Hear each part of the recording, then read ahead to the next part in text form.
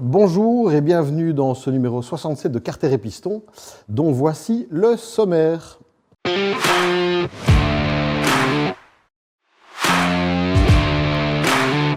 Du sport avec la Kawasaki ZX6R qui tient toutes ses promesses.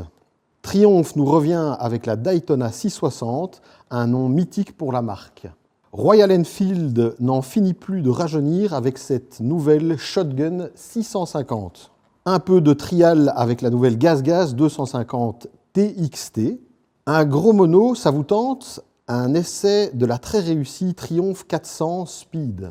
Les moyennes cylindrées ont la cote, comme le prouve cette nouvelle Kawasaki Z500. Nous ferons un tour de l'actu et bien sûr, je vous parlerai de mes bruits de paddock. Venez découvrir notre vaste showroom et nos nombreux véhicules de stock. Motostore, c'est une concession à l'esprit familial avec des passionnés à votre service. Motostore, c'est votre concessionnaire Ducati, Indian, Suzuki, Aprilia, Piaggio, Vespa et Benelli en province de Liège. Venez découvrir nos nombreux deux roues de stock. Nouveauté, découvrez notre concession moto Honda, Motostore Condro, route du Condro 10 à 45-50 Nandrin, près du célèbre rond-point des Vaches. Salut, c'est Jean-Yves ici. Retrouvez-nous sur notre site monassurancemoto.be, le site spécialisé en conseil au niveau de vos assurances moto, sur notre chaîne YouTube. Plus classiquement, vous pouvez nous transmettre un message mail, comme d'habitude, et en attendant, gaffe sur la route. Alors Thierry, comment ça va ? Ça va, mais c'est pas moi qui commence à parler. Écoute, je suis au regret de te dire que ce n'est plus d'actualité. Ah. Ben oui les amis, en effet, rappelez-vous, c'était il y a 5 ans. Bonjour et bienvenue dans cette nouvelle émission qui se nomme Carter et Piston. Alors, cette émission se veut être l'endroit où on cause bécane. Des news, des essais, des rendez-vous, enfin un peu tout ce qui anime cette petite planète moto qui nous passionne tant. 67 émissions, plus de 100 heures de diffusion d'images, plus de 16 000 abonnés plus tard, il est temps d'apporter un peu de sang neuf dans l'émission. Et ce sang neuf va être en partie personnalisé par notre ami Arnaud, mais aussi Alex qui sera à l'écran dans quelques secondes. Je dois vraiment vous remercier parce qu'on est parti de rien il y a 5 ans. Et grâce à vous, grâce à votre fidélité, à vos commentaires et au fait qu'on ait réussi à vous accrocher et à vous amener une actu moto sur un angle un peu différent et finalement avoir des émissions à rallonge qui sont complètement à contre-courant de ce qui se fait sur le web, avec des émissions d'1h30, 2h même parfois, eh bien on a réussi à avoir des centaines de milliers de vues sur l'année, pas loin du million, et chaque année, ça ne fait que grimper. Merci à vous. Merci aussi aux importateurs qui nous ont soutenus pendant tout ce temps. Bon, ne vous réjouissez pas trop vite, je ne vais pas disparaître du jour au lendemain, je vais encore rester sur leur dos pendant un certain temps. Bon, c'est donc avec une certaine émotion qu'en fait, Alex, vous le connaissez, vous le voyez moins souvent qu'Arnaud, parce que Alex, lui, c'est le bras armé, c'est le technicien de cette nouvelle équipe. Ce n'est pas sans une certaine émotion, les amis, que je vous remets les clés de Carter et Piston. Voilà, longue vie à Carter et Piston, longue vie à vous, et surtout continuez à vous amuser comme moi je l'ai fait pendant ces 5 premières années. Bon, mon Titi, mon Tché. Alors, rassurez-vous, effectivement, Thierry ne disparaît pas loin de là. Il reste bel et bien dans l'équipe. Il se trouve que Alex et moi avons décidé d'assurer la suite, mais Thierry sera bel et bien présent, je vous le garantis. Bon, écoutez, l'émission, on va essayer de continuer, bien sûr. On va essayer d'intégrer des nouvelles choses. On va essayer d'un petit peu innover. Et voilà, on va juste la faire continuer. Donc, pas de panique. Tout reste comme avant. On va juste changer 2-3 choses. Et c'est vrai que je vais être un peu plus présent. J'espère que ça vous plaira. Bon, donc je nous souhaite longue vie. Oui, moi aussi, vraiment. Je crois que c'est une très bonne chose. Et merci ouais. Thierry de la confiance que tu nous as. Oui, bah écoutez, à vous de prouver maintenant que vous en êtes digne, mais je crois qu'il n'y a pas de problème à ce niveau-là. Bon, super. Bon, on continue ? Allez, on y va, parce que l'émission est longue. Oui, bon, l'émission est longue. Mais justement, à ce propos, sachez que l'émission est longue et qu'à présent, sur YouTube, vous avez la possibilité de regarder l'émission qui est sectionnée. Donc, ça veut dire que vous pouvez vraiment cliquer sur chacun des essais qui vous plaît. Et donc, ça, c'est quand même vachement pratique par rapport à Facebook où il faut se balader avec la souris. Eh bien, sur YouTube, vous pouvez vraiment choisir les séquences, revenir, directement retrouver la bonne séquence que vous voulez voir. Et donc, je vous invite à regarder l'émission sur YouTube. Ouais, c'est confortable. C'est plus facile et plus agréable. Comme les émissions durent 1h30 à 2 heures, parfois plus de 2 heures. Donc voilà, je pense que c'est utile de le savoir. Bon, alors l'émission est longue, on vient d'en parler. Alors moi, ce que je vous propose, c'est qu'on rentre dedans. Je vous présente le premier essai, qui est l'essai de la ZX6R que j'ai réalisé à Almeria. Et c'est parti.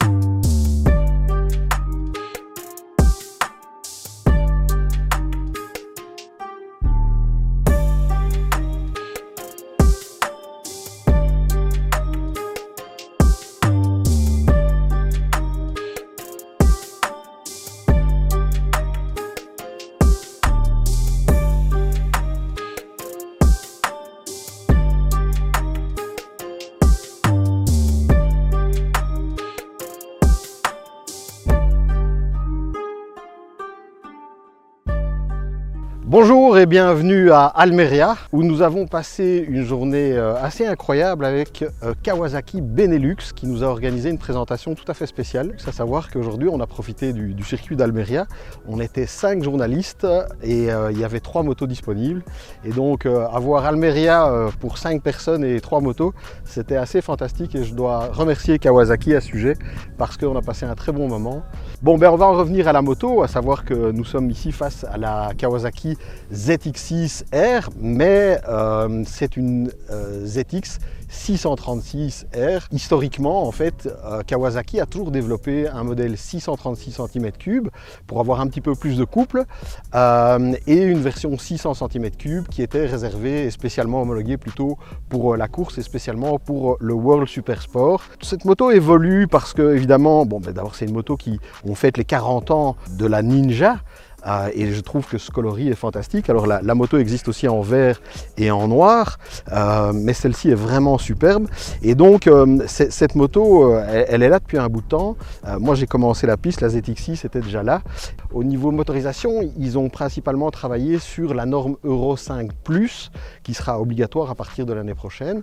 Et donc ils ont dû retravailler ce moteur en conséquence. Pour arriver à ça, forcément, on doit faire des concessions. Alors il est vrai qu'elle a perdu 1 ou 2 chevaux, mais elle est toujours aussi coupleuse. Alors ils ont dû retravailler le moteur, la boîte à air est plus grande, l'arrivée d'air est différente, l'échappement a dû être retravaillé. Enfin bref, le moteur a dû être revu de A à Z, principalement pour la norme Euro 5.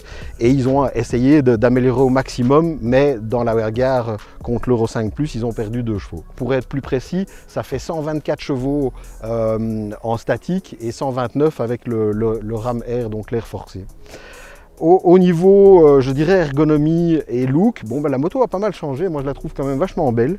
Je me répète, mais ce coloris est superbe. Ils ont un petit peu changé la position au niveau des guidons bracelets. Le carénage est différent. On va dire qu'il y a de l'aéro, enfin, c'est un grand mot. On va dire qu'il y a effectivement, de là où je suis, on peut voir que le carénage amène de l'air différemment. Les entrées d'air sont différentes.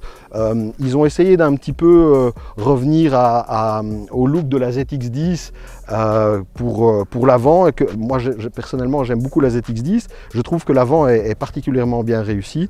Ils ont mis une nouvelle bulle, enfin ils ont un petit peu relooké tout ça, et le résultat est évidemment pas mal. Sur cette moto ici présente, sur laquelle on a roulé toute la journée, il y a un pack optionnel sport qui comprend divers équipements, et notamment l'échappement Akrapovic qui est aussi superbe et qui fait un très beau bruit malgré qu'il soit homologué. Alors au niveau électronique, ça c'est un sujet un petit peu, je vais dire touchy, à savoir que cette moto a un niveau d'électronique qui est en dessous de la moyenne, et malgré tout, bon, on l'a essayé toute la journée et elle va très bien. En fait, je pense qu'il n'en faut pas plus, c'est juste qu'on s'est habitué à avoir de l'engine brake control, du wheelie control, avoir du traction control. Alors certes, tout ça est là, mais cette moto est dénuée d'un capteur inertiel à 6 axes, comme beaucoup de sportives, et donc ça veut dire que l'électronique fonctionne, et particulièrement l'anti-wheeling et le traction control,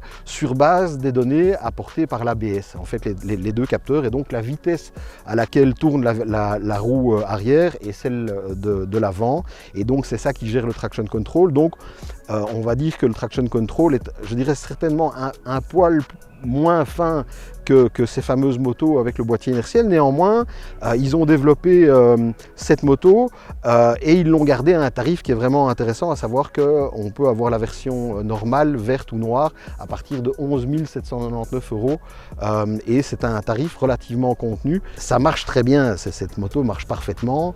Alors on a roulé toute la journée avec des Pirelli Diablo Rosso 4, c'est en fait la montre pneumatique d'origine qui est sur cette moto, et ce sont des pneus qui sont en fait des pneus très sportifs, mais ce ne sont pas des pneus piste, et je ne vous cache pas que je suis toujours... Alors j'ai fait une grosse chute en octobre, je n'avais pas roulé sur circuit depuis, et lors de la première session j'ai eu quelques appréhensions, et le traction control est venu assez rapidement me rassurer, et donc ces pneus sont très performants. Alors en fin de journée, quand on a les bonnes lignes, quand on est vraiment doux avec la poignée d'accélération, quand on y va mollo, enfin quand on pilote bien tout simplement et qu'on prend les bonnes trajectoires, c'est très sécu, on prend beaucoup d'angles, mais il faut vraiment y aller mollo sur circuit, il faut vraiment y aller mollo avec l'accélération et la poignée de gaz. Au niveau de l'électronique, bien ils ont quand même mis un nouvel écran TFT avec une gestion au commode gauche comme c'est habituellement.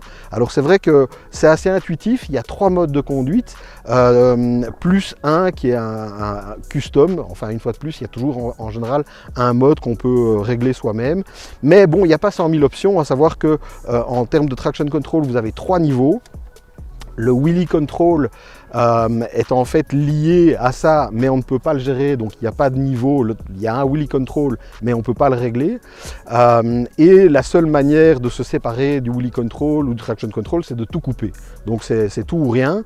Et alors en fonction des modes, eh bien, comme il y a 3 modes de traction, eh bien, quand vous êtes en rain, vous avez le mode 3, le plus intrusif. Vous êtes en road, il y a le niveau 2. Et alors quand vous êtes en sport, eh bien, c'est le niveau traction control numéro 1 qui m'a sauvé la mise un paquet de fois, parce que je me répète, mais sur la remise des gaz, il fallait vraiment y aller mollo. Alors je ne sais pas si c'est aussi le circuit qui est en plein milieu d'une zone en plein vent et un peu sale, mais ça glissait pas mal aujourd'hui. Au niveau des suspensions, bon, elles ont été, c'est du classique, hein, je veux dire, c'est du Big Piston Fork de chez Kayaba à l'avant. C'est une fourche qui est connue et reconnue. Alors le tarage est bon, c'est clair que c'était un peu souple. J'ai pas voulu toucher au réglage parce que voilà, c'est une journée test, on avait autre chose à faire.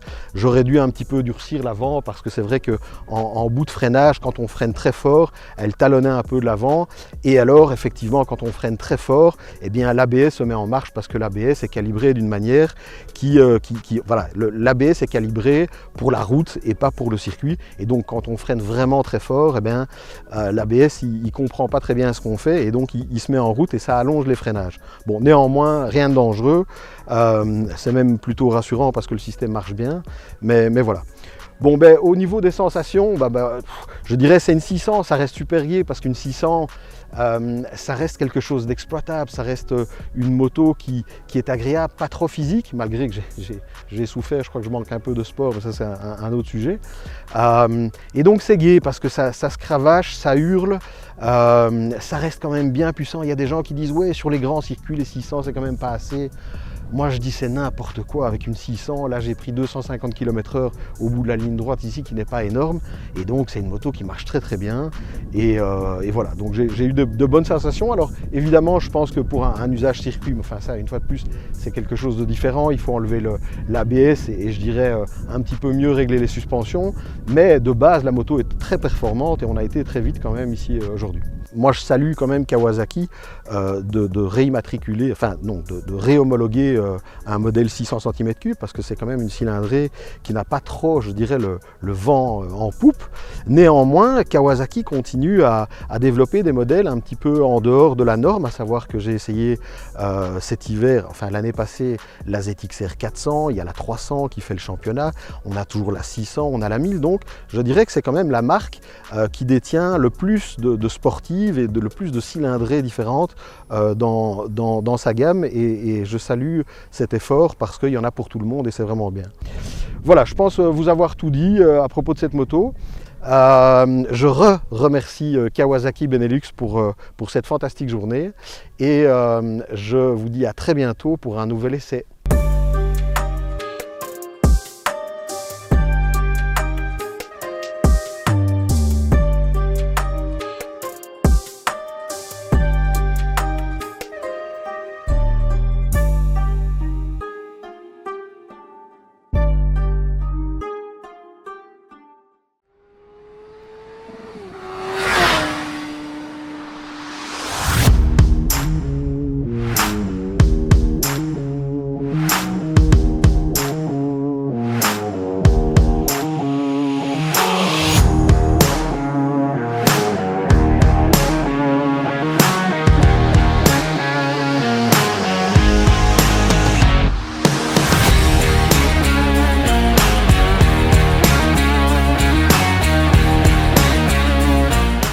RSM Moto, c'est votre spécialiste Kawasaki en région bruxelloise.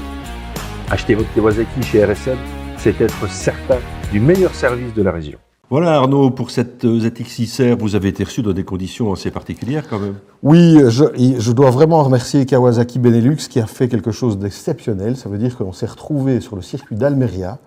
On était 5 journalistes invités, 5. Il y avait 3 motos disponibles. C'était un essai Benelux et donc tout a été pris en charge par Kawasaki Benelux et on a eu le plaisir de rouler toute la journée sur le circuit d'Almeria. Mais rien que pour vous? Rien que pour nous, pour 5 journalistes et 3 motos.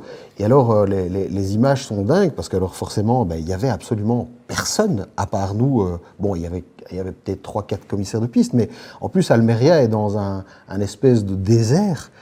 Et donc, c'était vraiment surréaliste de se retrouver à 5 avec un circuit pour nous tous seuls. Merci Kawa. Ouais, merci Kawa, vraiment, c'était top. L'Universel, c'est un large choix de scooters, motos, toutes cylindrées et d'accessoires dans la région liégeoise. L'Universel vous accueille dans ses 5 concessions à l'esprit familial et professionnel à Aouan, Chênay, Herstal, Serein et Verviers. Bonjour Manu. Bonjour Arnaud. Comment vas-tu? Très bien, merci. Et toi? Eh bien écoute, c'est cool, on est chez toi, ici à Sambreville, donc Ducati Sambreville, très belle concession. Je dois avouer que je bave un peu, il y a des Panigale Air un peu partout, entre autres parce qu'il y a plein de modèles très sportifs et moins sportifs. Et donc, ça fait combien de temps que toi tu es ici?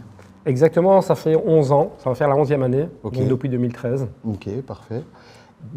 Tu as fait des transformations, c'était comme ça à la base, tu t'as fait évoluer? Lors de la reprise, on a dû bien évidemment transformer les magasins parce qu'on était à terme notamment de l'ancienne charte graphique que Ducati demandait. Ouais. Et donc on a transformé le magasin en effet. Pour information, pour un peu comprendre le marché, mais aussi la région, qu'est-ce que tu vends le mieux globalement? Aujourd'hui, le numéro 1 de la vente chez Ducati restera toujours et reste pour l'instant la Multistrada, parce que c'est une moto très polyvalente. Ouais, les trails, il n'y a rien à faire, ils ont le vent en poupe et la concurrence est féroce. Exact. mais à chaque fois vous vous remettez à niveau et puis surtout vous la déclinez. Là derrière moi j'ai aussi une RS, ça c'est un modèle très très sportif. T'en as déjà vendu quelques-unes? On en a déjà vendu quelques-unes, en effet, tout à fait. Ouais. Et quoi, celle-ci, c'est avec le moteur De la Panigale. Oui, oui, bien sûr, mais je veux dire, il développe combien de chevaux? On est passé à 180 chevaux. 180 chevaux. Et en fait, pourquoi Ducati? Pourquoi Ducati? Parce que tout simplement, quand nous avons repris le magasin, notre prédécesseur faisait Ducati de toute façon et nous voulions continuer avec la marque parce que c'est une marque qui était en pleine expansion, en train de bien avancer dans le marché, de bien évoluer. Et après, je vous dirais que ça a été le coup de cœur pour Ducati de toute façon, Ouais. étant déjà client à la base dans la concession. Donc, tu es un passionné Ducati? Exact. Oui, enfin forcément, et heureusement, j'ai envie de dire. Exactement. Et en 11 ans, c'est vrai que la marque a dû évoluer énormément parce que, Oui. bon, voilà, elle a été rachetée en quelle année par Audi? De mémoire, 2004, 2013, donc au moment vraiment où moi j'ai repris le magasin, Ouais. Audi venait justement de reprendre notamment... Ça fait déjà 10 ans. Exact, Oh, oui. ça va vite, ça va vite. Ouais. Ben oui, aujourd'hui, vendre Ducati, je me trompe ou c'est plutôt agréable? C'est agréable parce que ça reste un produit bien évidemment premium. Donc par rapport à ça, ça donne bien évidemment l'opportunité de rencontrer diverses personnes de tout milieu bien évidemment parce qu'on a une gamme très étoffée qui correspond à toute personne qui souhaiterait éventuellement faire l'acquisition. Ouais. Mais on est vraiment dans un produit haut de gamme et luxueux. Ouais. Oui, enfin, il y a quand même des produits d'appel, le Scrambler et tout ça, qui visent un petit peu plus bas, entre guillemets. Oui. Mais c'est sûr que, enfin, vu de l'extérieur, c'est peut-être trompeur, parce que de toute façon, je pense qu'en Belgique, aujourd'hui, quoi que tu fasses, rien n'est facile, hein, on va appeler ça comme ça. Mais bon, c'est vrai qu'il y a des marques où on préférerait quand même y travailler, à savoir que, si tu veux, moi qui suis forcément, comme toi, passionné de course et de compétition, c'est vrai que Ducati a toujours utilisé les résultats de course pour vendre ses produits. Oui. Et là, on est au summum de la possibilité. Vous ne pouvez pas faire mieux en termes de résultats. Tout à fait. Et donc, j'imagine, et j'espère pour vous, que ça a une influence tout à fait positive sur les ventes, quoi. Oui, tout à fait. C'est le cas. C'est le cas parce qu'aujourd'hui, on voit bien évidemment que chaque fois que nous rencontrons un nouveau client, il est systématiquement en train de nous rappeler bien évidemment l'événement qui s'est passé, notamment lors d'un Grand Prix, lors d'une course Superbike. Ouais. Et bien évidemment, aujourd'hui, on voit que en étant pistard, comme tu le sais, chaque fois que nous allons sur une piste pour dire de faire quelques runs, systématiquement, on peut constater qu'il y a de plus en plus de Panigale qui tournent, parce que bien évidemment, les gens sont fans notamment des résultats de ce qui se passe aujourd'hui en Grand Prix. Ouais. Oui, et puis en plus, bon, moi je roule aussi beaucoup en Panigale, puisque à la Biker School, voilà. Et c'est vrai que, bon, alors si je peux me permettre, c'est clair que moi j'ai connu Ducati il y a 20 ans, quand j'ai commencé tout ça. Et c'est vrai qu'il me semble que la marque a aussi gagné fort en fiabilité. Ouais. Et ça c'est génial, parce qu'en fait, il y a aussi pas mal de gens qui étaient un petit peu, par rapport à la piste, hésitants par rapport à ça. Et aujourd'hui, c'est vrai qu'on peut, pour moi, acheter une V4 les yeux fermés, parce que c'est vrai que la moto est non seulement hyper performante, mais en plus hyper fiable. Et ça, c'est quand même quelque chose qui est arrivé doucement, et c'est agréable. Tout à fait. Ouais. Bon, et sinon, je sais que tu travailles en famille, tu travailles avec ta femme ici. Exact. Donc j'ai mon épouse qui est toujours présente, bien évidemment, depuis le début, et qui elle, s'occupe bien évidemment du comptoir, de la réception, notamment clientèle, qui s'occupe de tout ce qui est vêtements, appareils. Moi, je suis plus sur le côté commercial et sur le côté technique, parce que bien évidemment, nous savons tous que dans le milieu, il est très difficile de trouver des techniciens. Donc, on s'efforce bien évidemment de faire avec ce que nous avons, mais ce qui veut dire qu'aujourd'hui, on se retrouve, moi, mon épouse, un technicien, et là, récemment, nous avons un nouveau vendeur qui vient d'arriver, qui vient de prendre place, sur lequel nous sommes en train, bien évidemment, de l'initier à la marque, et on espère que ça portera bien évidemment ses fruits. Exactement. Je vous le souhaite. Et au niveau atelier, tu en as combien en bas parce que l'atelier est en bas, exact. Au -1. Oui. Et tu as combien de gars qui travaillent là? Actuellement, il est seul. Okay. Il est seul, et moi qui suis bien évidemment, ça a été justement ça, notamment la réflexion de dire, je vais plutôt me rediriger à prendre un commercial pour dire de moi pouvoir libérer de mon temps pour m'accorder du temps, notamment sur le côté technique, et de donner un petit coup de pouce à l'atelier, parce que c'est quelque chose que je maîtrise très bien. Oui, tout à fait. Voilà. Oui, parce que mécanicien, en fait, c'est ta formation de base. Oui, exact, tout à fait. Oui, donc tout forcément. À fait. Bon Thierry, ben, en fait ce numéro va mettre en lumière quelque chose qui est actuellement en pleine expansion. Ça veut dire le retour des petites cylindrées ou moyennes cylindrées. Oui, tout à fait. Triumph a présenté sa fameuse Speed 400 que tu as essayé. Oui, tout à fait. Le retour du gros mono. Écoute, oui, je crois, parce qu'en fait, il la décline en deux versions, la Speed et la Scrambler. Moi, j'ai essayé la Speed. Alors, en fait, c'est une machine très amusante, accessible, avec évidemment cette belle finition qu'on connaît chez Triumph aussi, hein, qui dure depuis des années. On va découvrir cette machine ensemble.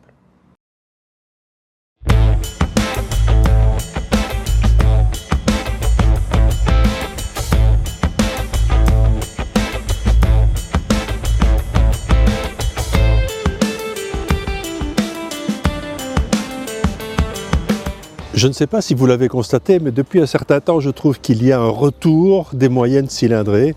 Peu importe les marques, c'est un secteur que tout le monde essaye de se réapproprier. Alors on est non loin de Theux, non loin de son petit aérodrome d'ailleurs, qui regorge de petits appareils. Ça vaut le coup d'aller voir de temps en temps. On les entend passer. Et donc cette Triumph, en fait, cette 400 Triumph, monocylindre, c'est assez particulier parce qu'en fait, vous le savez certainement, je roule beaucoup sur des monocylindres dans certaines de mes activités, notamment au Maroc, on roule beaucoup sur des Enfield 500. Donc c'est des motos qu'on connaît bien, c'est des moteurs qu'on connaît bien, le monocylindre de moyenne cylindrée. Alors ici, ben, en fait, on est dans un tout autre monde. Parce que autant de prime abord, je m'étais dit que cette moto va rentrer tout à fait en concurrence, par exemple, avec une nouvelle Royal Enfield, une 350. On est plutôt en concurrence avec la nouvelle Himalayan 450, parce qu'en fait, la 350 Enfield fait 22 ou 23 chevaux, je ne sais plus. Et ici, on est avec 40 chevaux. Et ces 40 chevaux, franchement, on les sent. C'est ce qui saute vraiment aux yeux. Les premières impressions au guidon, c'est une moto nerveuse, légère, 179 kg, 40 chevaux, je le répète, et en fait, ces chevaux sont volontaires, mais sont aussi vraiment dans le caractère d'un gros monocylindre, d'un 400 cm3. Oui, et donc pour ceux qui s'en souviennent, ça remonte quand même déjà maintenant à quelques dizaines d'années, cette folie du gros mono avec bien sûr la 500 XT qui a marqué toute une génération de motards. On s'attend à retrouver les mêmes sensations sur cette machine, et c'est le cas en fait, parce que ce 400 cm3 est hyper volontaire, 40 chevaux c'est vraiment bien, ça prend des tours, c'est généreux, c'est coupleux, c'est amusant, c'est léger, c'est maniable. Voilà vraiment une petite moto pour les permis A2 extraordinaire, qui vous permettra même d'envisager des sorties plus longues qu'une simple balade en ville. Les capacités de cette moto feront qu'elle sera une compagne idéale évidemment pour la ville, en zone urbaine, légère, rayon de braquage assez court, basse de selle, elle conviendra évidemment au plus grand nombre.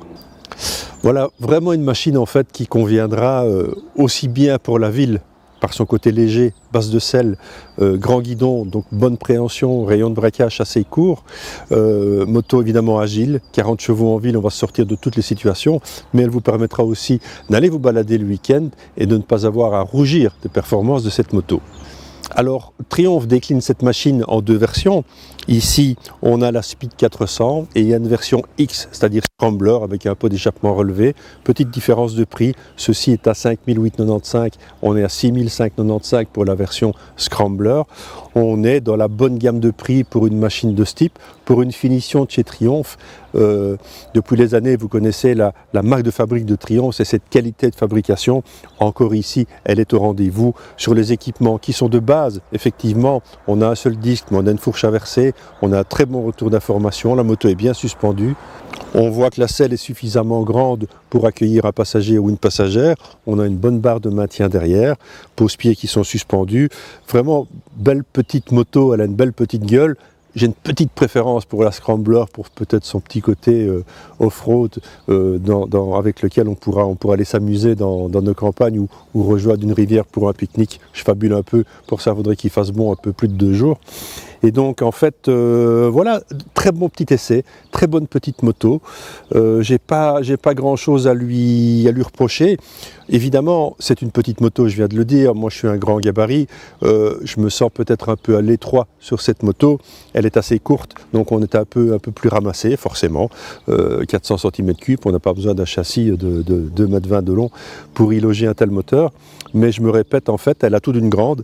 Et à son guidon, le premier sentiment, vraiment, c'est le plaisir. Ce moteur hyper coupleux, cette boîte qui se fait complètement oublier, le freinage qui est à la hauteur, la moto est légère.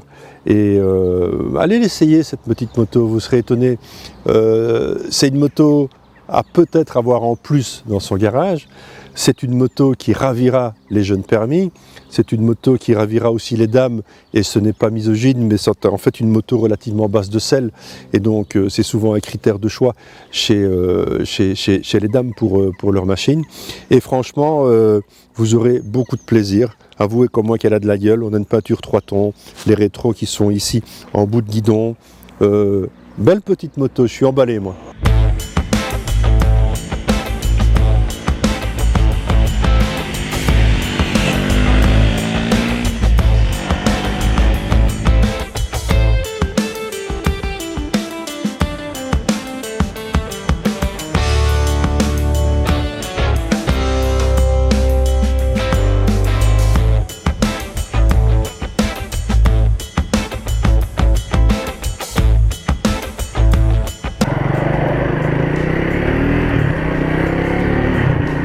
Voilà, après une balade à la campagne, c'est évidemment vers la ville que s'oriente une des principales qualités de cette 400 cm3 de chez Triumph. Voilà, je suis en 3e, 30 à l'heure, ça ne cogne pas du tout.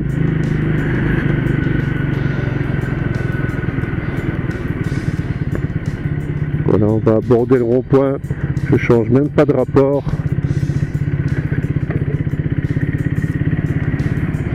Voilà, sur un filet de gaz, je réaccélère et le monocylindre part de plus belle. C'est vraiment assez étonnant. Voilà, quand il faut y aller,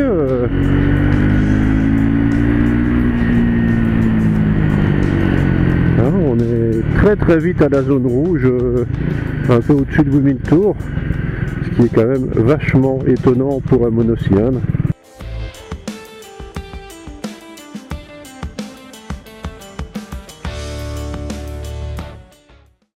Bon, mais pour revenir un petit peu à la compétition et tout ça, bon, j'imagine que comme moi, tu regardes un petit peu tout ce qui se passe. Exactement. Alors, c'est plutôt agréable de regarder tout ce qui se passe pour le moment quand on est agent Ducati. Exact. Savoir que vous dominez un peu partout. Oui. Qu'est-ce que tu penses actuellement des divers championnats en MotoGP, par exemple? En MotoGP, on forçait de constater notamment que le peloton se resserre. Quand on voit un petit peu l'élite à l'avant, forcé de voir qu'il y a des beaux arrivages. Donc quand on voit Bagnaia, quand on voit Marc Marquez, quand on voit notamment Martin, ça promet d'apporter beaucoup de suspense cette saison-ci. Ouais. Donc on a pu le voir déjà hier, notamment la remontée de Marquez, qui était quand même, je pense, quelque chose de très positif et d'attendu. L'émotion était présente dans son paddock. Moi, je pense que ça va être prometteur. Oui, clairement. Alors, on est, petite information pour les gens qui nous regardent, on tourne aujourd'hui, on est dimanche 24, gros week-end de course, puisque c'est un week-end Superbike, World Superbike et MotoGP. Donc, pendant qu'on est en train de tourner, il y a pas mal de courses qui vont se lancer. Et donc, on va foncer regarder ça après l'émission. Tout à fait. Bon, oui, c'est vrai que c'est au niveau Superbike, alors il y a beaucoup de gens qui l'ignorent, mais en Superbike, on sait que Bautista est double champion du monde et ça c'est génial. Maintenant, on voit que Boulega, qui a été champion du monde Super Sport sur Ducati V2, performe et est exceptionnel sur la Panigale. Et donc, oui, j'imagine que l'aspect compétition, enfin, je me répète, mais il suffit de regarder un petit peu autour de nous pour voir qu'il y a quand même beaucoup de Panigale chez toi, des Street Fighter et tout ça. Donc oui, il y a quand même une ADN très sportive ici. Oui, tout à fait. Tout à fait. C'est quelque chose que je maîtrise bien depuis mon arrivée chez Ducati. Donc j'ai toujours bien performé, notamment dans tout ce qui est Superbike, parce que j'adore notamment cet ADN. Ouais. Et ça a bien fonctionné jusqu'à présent. Aujourd'hui, les résultats notamment qu'on peut constater en Superbike, l'arrivée de Boulega, bien évidemment, est très surprenante par rapport à ce qu'on vient d'évoquer, notamment qui vient du championnat, notamment en V2. Bautista un petit peu, pour le moment, un petit peu en train de se chercher depuis le début de la saison. Bien évidemment, on constatera hier notamment la victoire notamment de notre ami Toprak. Aussi un championnat notamment à suspense. Parce que n'oublions pas non plus qu'on voit notamment Yannon qui est revenu et qui a l'air de performer aussi. Donc c'est prometteur également. Bon, eh bien, on continue la valse des moyennes cylindrées avec un essai que notre célèbre caméraman Alex a réalisé. C'est la Royal Enfield Shotgun 650. Et donc, voici cet essai. C'est parti avec Alex.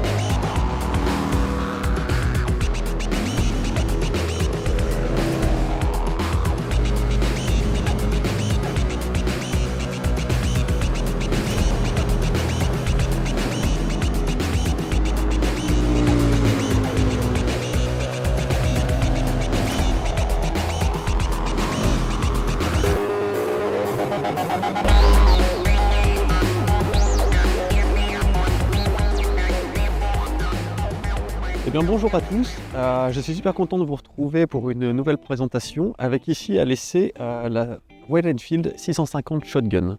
Alors il y a quelques mois, j'étais invité à Paris pour aller essayer la Scram 411, toujours de chez Royal Enfield. Et à l'époque, la marque nous avait annoncé vouloir mettre plusieurs modèles, élargir sa gamme, rajouter des modèles à son catalogue. Et cette 650 Shotgun, en fait, en fait partie. Donc depuis 2016, en fait, Royal Enfield a collaboré avec de nombreux préparateurs. Chacun a eu son mot à dire. Et Royal Enfield s'est inspiré un petit peu de tout ce qui a été fait en se rendant compte qu'on pouvait rendre des motos uniques. Et donc c'est ici un peu le but de cette shotgun, c'est-à-dire que cette moto est déjà unique, elle a déjà un look qui est vraiment très sympa. Il existe de nombreux accessoires pour la personnaliser et la rendre encore plus unique. Avant sa production, en 2021, au salon de l'ECMA en Italie, Enfield en fait, a présenté un concept bike qui était nommé SG 650 et l'engouement a été tel à ce moment-là que c'est ce qui a fait en sorte que la marque se décide à la produire et à la commercialiser. Alors quand on parle de moto custom, en fait, ce qui est le plus important en fait, pour la moto custom, c'est surtout le look. Alors il faut dire ici qu'elle a vraiment un look qui est déjà unique de base, comme je le disais. Elle a vraiment est disponible dans des coloris, 4 coloris qui sont tout à fait sympas, qui sont vraiment en accord avec la ligne de la moto et qui se marient très très bien avec une finition noire, comme on le voit ici sur les pots d'échappement ou sur toute la partie moteur. Ça amène vraiment un vent de fraîcheur. Je trouve que c'est vraiment des coloris qu'on ne voit pas souvent. C'est vraiment du renouveau, je dirais, pour la marque. Alors pour parler du design, parce que finalement c'est ce qui reste quand même important sur cette moto, on peut parler d'un design néo-rétro en fait. J'irais même un peu plus loin, je dirais un peu plus rétro-futuriste. Rétro pourquoi ? Parce que finalement on retrouve les courbes d'une moto classique. On est ici par exemple avec une selle qui s'apparente à celle d'un bobber.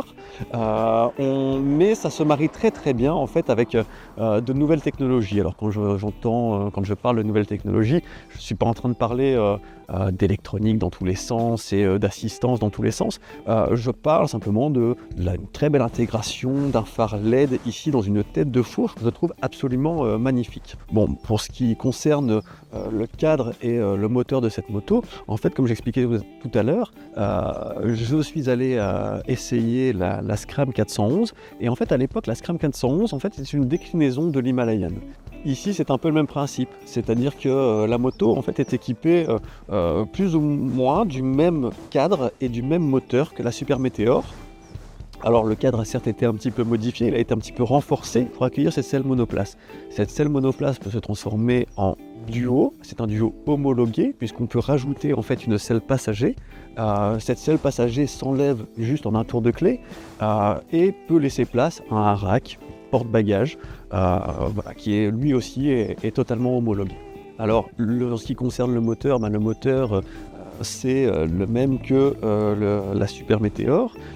C'est un moteur, c'est un bicylindre, hein, donc c'est la gamme des bicylindres de chez Royal Enfield, un bicylindre en ligne de 648 cm3 qui développe 47 chevaux. C'est un moteur qui est assez agréable. Je veux dire, on n'est pas non plus sur un moteur qui délivre une puissance démesurée, mais qui est largement suffisant en fait pour se faire plaisir. Pour la partie chic, en fait, et surtout au niveau des suspensions, en fait, la nouveauté ici sur ce modèle, c'est l'apparition d'une fourche inversée Showa à l'avant, une fourche inversée qui est non réglable, et toujours pour le côté rétro, à l'arrière, on a un double amortisseur qui est réglable en précharge. Bon, tout à l'heure, j'essayais la moto, et en fait, c'est vrai que la suspension est quand même un petit peu plus dure, et c'est vrai que sur des routes un peu bosselées, j'avais le ressenti en fait, d'une moto qui avait tendance à rebondir un petit peu sur les aspérités de la route. Puisqu'on est en train de parler de la conduite, en fait, je voudrais parler de la position. Je trouve que la position est surprenante. En fait, elle est très agréable. La position est vraiment très agréable. On est bien assis dessus. On a vraiment une position qui est très relaxe. On est assez droit. Étonnamment, pour ce genre de moto, on n'a pas vraiment les pieds sur l'avant. On n'a pas vraiment on n'est pas vraiment sur les poignets. On a une position qui est vraiment centrale sur la moto. La moto est assez basse, qu'on soit petit, qu'on soit grand, qu'on soit un homme, qu'on soit une femme. Vraiment, cette moto convient à un large spectre d'utilisateurs et elle parle à de nombreux motards. Ce n'est pas sans rappeler qu'en fait Enfield est le leader mondial des motos de moyenne cylindrée. Toujours sur cette position et sur le fait que la selle soit basse, il faut rappeler que le centre de gravité, quant à lui, est bas. Et donc du coup la garde au sol l'est tout autant. Donc forcément sur la prise d'angle dans les virages, il faudra bien évidemment faire attention à ne pas frotter les cale-pieds. Alors en ce qui concerne, j'allais dire peut-être un point négatif sur le papier, c'est le poids de cette moto. Cette moto en fait fait 240 kg tout plein fait. Mais on ne le ressent pas, on l'oublie très très vite dès les premiers tours de roue. Puisqu'on est en train de parler du pilotage, en fait, au niveau du poste de pilotage, on retrouve des commandes qui sont assez simples, qui sont des commandes de base, mais on n'a pas besoin de plus, il n'y a pas de superflu. C'est vraiment, j'allais dire, à l'image de ce que Royal Enfield produit. On a des leviers qui sont réglables, et au niveau des compteurs, on a deux petits compteurs ronds qui sont asymétriques. Et alors, il y a le plus gros des deux qui en fait nous indique, c'est un compteur analogique, qui nous indique grâce à une aiguille la vitesse. Et on a au centre de ce compteur, on a un petit écran à cristaux liquides qui nous indique les informations nécessaires au bon fonctionnement de la moto, telles que la jauge d'essence ou encore un indicateur de rapport engagé. Le deuxième petit compteur, en fait, c'est le système Tripper de Royal Enfield qui permet de connecter son smartphone pour accéder à des données de navigation GPS. Alors c'est une bonne nouvelle parce que sur ce modèle, il est intégré 2 séries et ce n'est donc plus une option. En ce qui concerne le freinage, en fait, sur ce modèle, la moto accueille en fait à l'avant et à l'arrière un simple disque avec un étrier double piston de la marque By-Bray qui est en fait une filiale de Brembo. Alors, on a fait un peu le tour de la moto avec toutes ces données techniques. Maintenant, il est bon de se poser la question en fait, de savoir à qui s'adresse cette moto. Alors, cette moto est disponible en A2, en permis A2, donc elle est très accessible pour les jeunes permis, mais elle est aussi accessible pour les motards plus expérimentés. Elle est accessible en fait à toute personne qui a envie de se faire plaisir au guidon de cette moto, qui pour moi a vraiment une très jolie, un très chouette look. Cette moto conviendra selon moi très très bien pour se faire plaisir, pour faire de longues balades, mais aussi également pour des trajets quotidiens. C'est une moto qui est robuste, c'est une moto qui est simple, mais qui conviendra à tout à chacun. Alors pour le prix, cette moto est accessible à partir de 8 049 € et il faut bien préciser qu'en fait dans ce prix, il y a une garantie de 3 ans et il y a une assistance routière également de 3 ans. Alors en conclusion, selon moi, c'est un pari réussi ici avec cette moto que s'est lancée Royal Enfield. Moi je suis convaincu par cette moto en fait, je trouve qu'on y prend beaucoup de plaisir et on y prend vite goût. Je trouve que vraiment elle est réussie, elle a vraiment un chouette look, elle est vraiment plaisante, elle est convaincante. Moi je l'ai essayé hier soir quand je suis allé la chercher pour faire cet essai aujourd'hui et j'ai vraiment apprécié en fait la ramener au coucher du soleil, c'était vraiment magnifique. J'avais vraiment envie que les kilomètres continuent et j'avais vraiment envie d'allonger les distances parce que j'ai vraiment pris du plaisir et je ne dois pas vous le cacher. Alors je ne peux que vous conseiller d'aller la découvrir en concession car elle est d'ores et déjà disponible. Elle est vraiment magnifique, elle est vraiment réussie. Il faut vraiment aller la découvrir par vous-même parce que je suis sûr et certain qu'elle est beaucoup plus belle en réalité que sur vidéo. J'en profite également pour vous faire part de l'action qui a été mise en place par Royal Enfield du 18 mars au 28 avril et qui s'adresse à tous les propriétaires de Royal Enfield. Prenez rendez-vous en concession, appelez votre concession dès maintenant pour bénéficier en fait d'un check-up complet qui est gratuit pour la remise en route de votre moto pour la nouvelle saison. Eh bien, merci pour votre écoute. N'hésitez pas à nous suivre sur les réseaux sociaux, n'hésitez pas à nous soutenir grâce aux réseaux sociaux, n'hésitez pas à venir discuter avec nous, n'hésitez pas à venir poser vos questions. Nous ferons tout pour vous répondre au mieux. Je me réjouis déjà de vous retrouver dans un nouvel essai. Et d'ici là, bienvenue sur la route.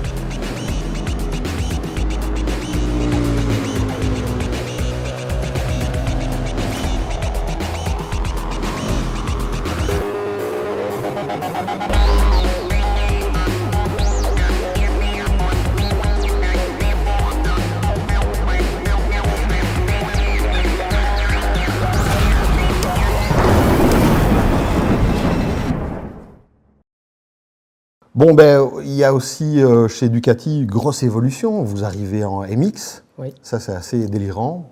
Je trouve que la moto est superbe. Cairoli a rejoint Ducati L'équipe, pour développer tout ça. Et donc, votre moto a débuté en championnat d'Italie, si je ne dis pas de bêtises. Exactement. Et donc, première course, première victoire. Exactement. Donc P1 notamment, qualification notamment en P1, position 1. Et bien évidemment, il termine la course, notamment en P1 également. Tout à fait. Donc, Ducati en MX, il va falloir s'y habituer parce que c'est pas courant. Est-ce que toi, tu vas intégrer du MX ici ou c'est seulement pour certaines concessions particulières? Pour l'instant, c'est un sujet notamment qui n'est pas encore très clair au sein notamment de l'usine. Donc, il y a bien évidemment un petit peu de prospection qui s'est fait au niveau de l'usine, de voir un petit peu, notamment des simples questions, de voir qui était partisan, qui ne l'était pas, qui maîtrisait le domaine, qui ne le maîtrisait pas. Et donc, oui, pourquoi pas, je suis tout à fait ouvert à accueillir le MX au besoin, de toute façon, parce que c'est un nouveau secteur pour nous, de toute façon, même si on connaît un petit peu le MX, j'ai envie de dire par rapport à notre jeunesse et des choses comme ça, mais ça peut bien évidemment apporter d'autres choses, donc je ne suis pas du tout fermé à la possibilité.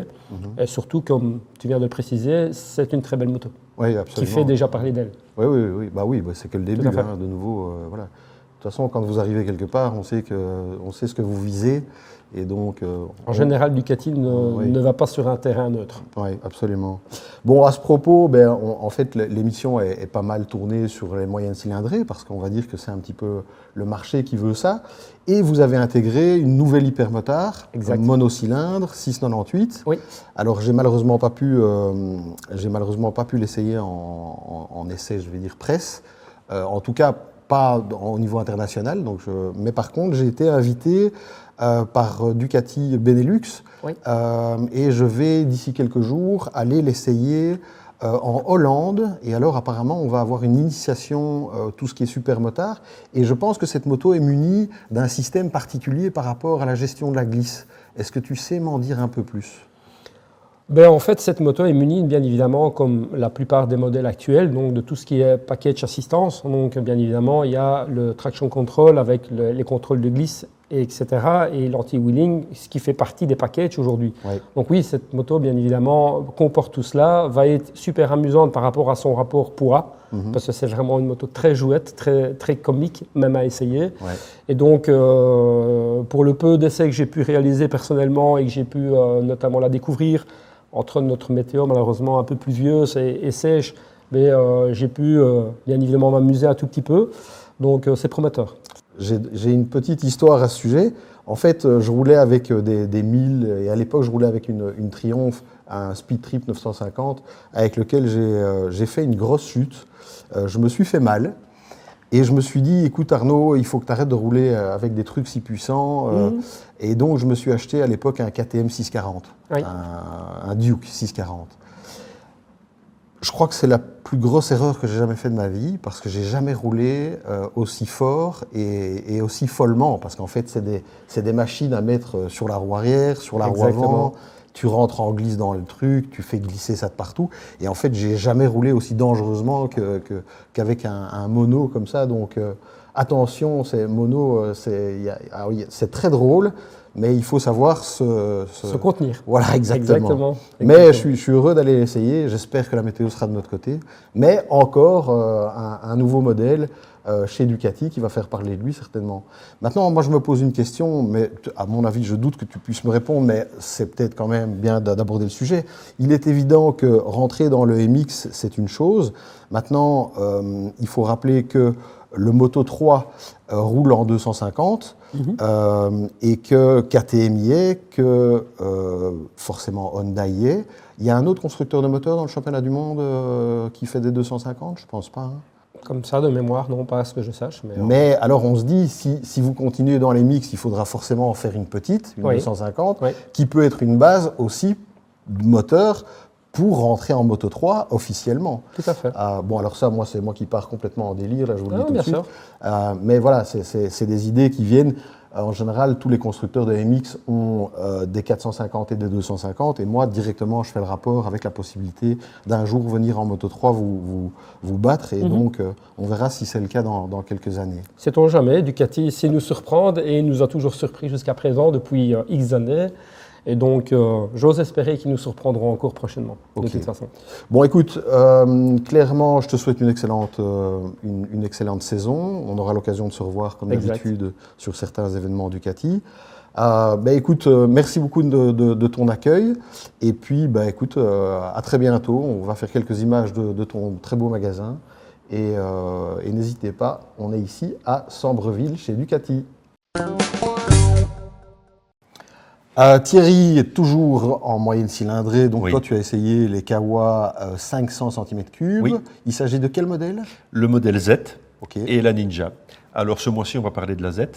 En fait on a déjà un peu dévoilé le sujet parce qu'il y a 2 mois je crois on avait parlé de l'Eliminator où Kawasaki présentait son nouveau bicylindre 500 cm3 sur un modèle un peu custom, mais un moteur qui prend 11 000 tours minute. Et là, on se retrouve sur quelque chose de plus sportif avec la Z500, une moto qui est très amusante et vous allez voir à plusieurs visages.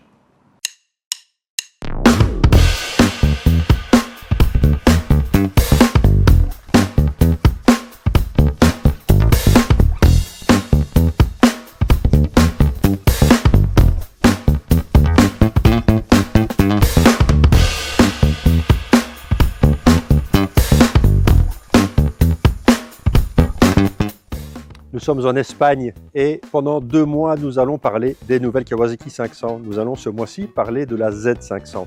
La Z400 a disparu du catalogue, c'est maintenant place à la 500. Alors les différences, c'est quoi? Il y a pas mal de choses à mettre à l'actif de cette nouvelle moto. D'abord, une chose, son agilité. Il faut savoir que l'émergence du marché des moyennes cylindrées est vraiment une réalité pour la majorité des constructeurs. Il suffit de voir les sorties des motos pour le moment.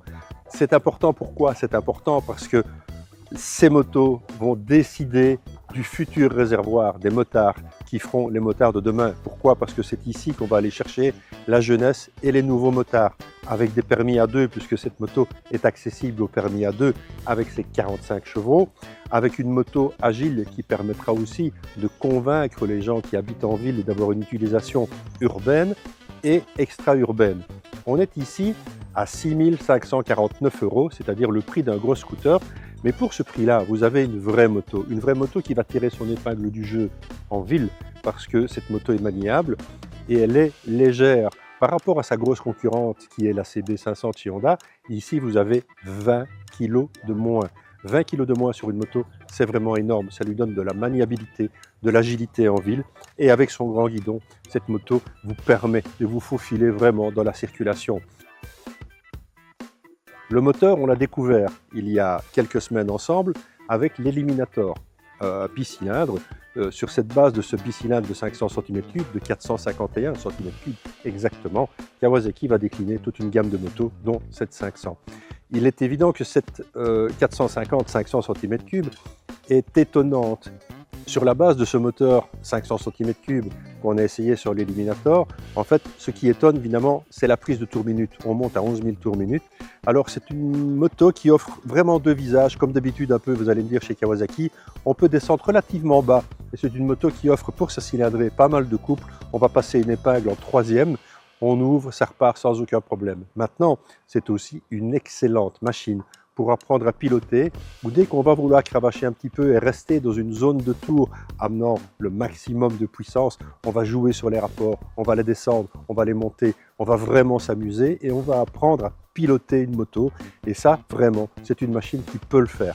Alors, on se rend compte ici des impressions quand on est au guidon.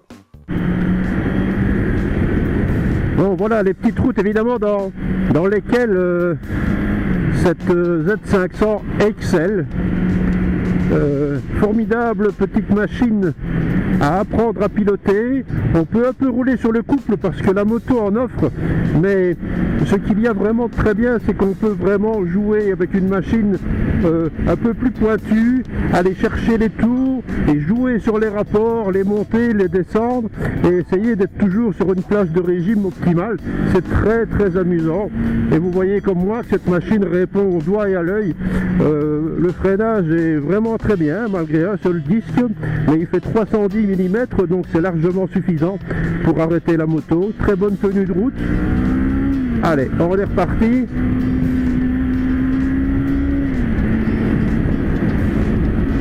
Là, je suis au guidon de la Z. Et ici, c'est peut-être quelque chose qui sera plus adapté à la mobilité urbaine, c'est-à-dire un grand guidon, une préhension plus large, une facilité de se mettre dans la circulation et de peut-être remonter les fils ou zigzaguer entre les voitures.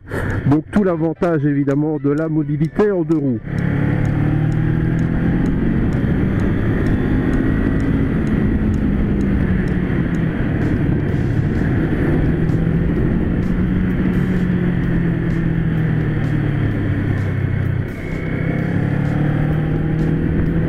Alors ces routes espagnoles sont vraiment extraordinaires. Regardez-moi ça, le paysage, 1 dans lequel on roule, et 2, la qualité du revêtement. Nos autorités politiques pourraient en prendre de la graine parce que là vraiment c'est du billard, on est comme sur un circuit, ça n'existe pratiquement plus chez nous. Il faut pratiquement rouler en 4x4 ou entre elles tellement les routes sont défoncées malgré la taxation rageuse que nos politiques déroulent devant nos roues.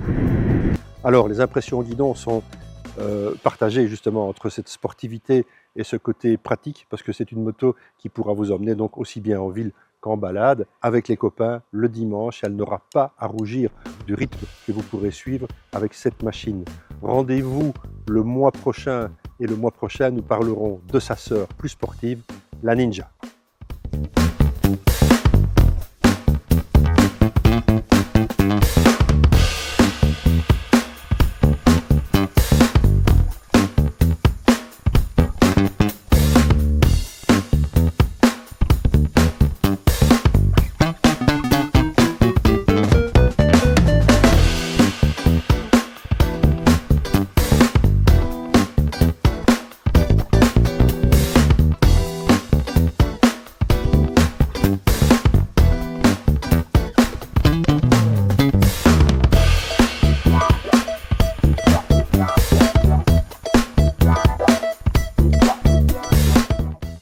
Voilà donc pour cette Z500. Le mois prochain, nous découvrirons la Ninja 500, qui elle aussi est une machine qui tient beaucoup ses promesses.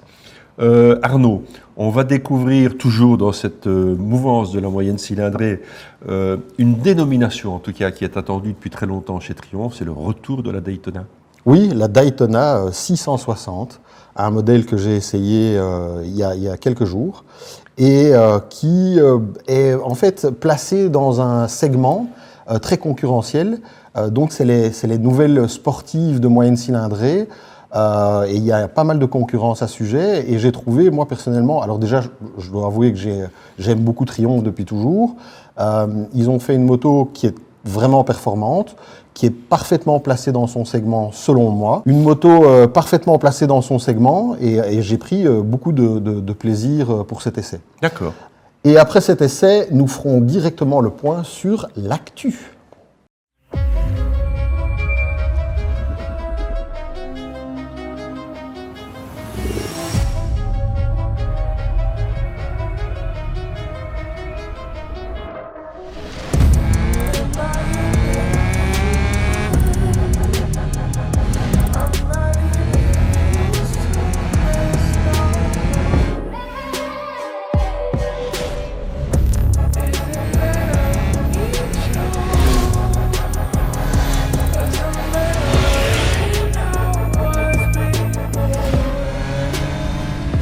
Salut à tous, bienvenue à Benidorm où je suis pour la présentation de la Daytona 660. Je viens de faire un essai qui a duré toute cette journée et qui était plutôt intéressant.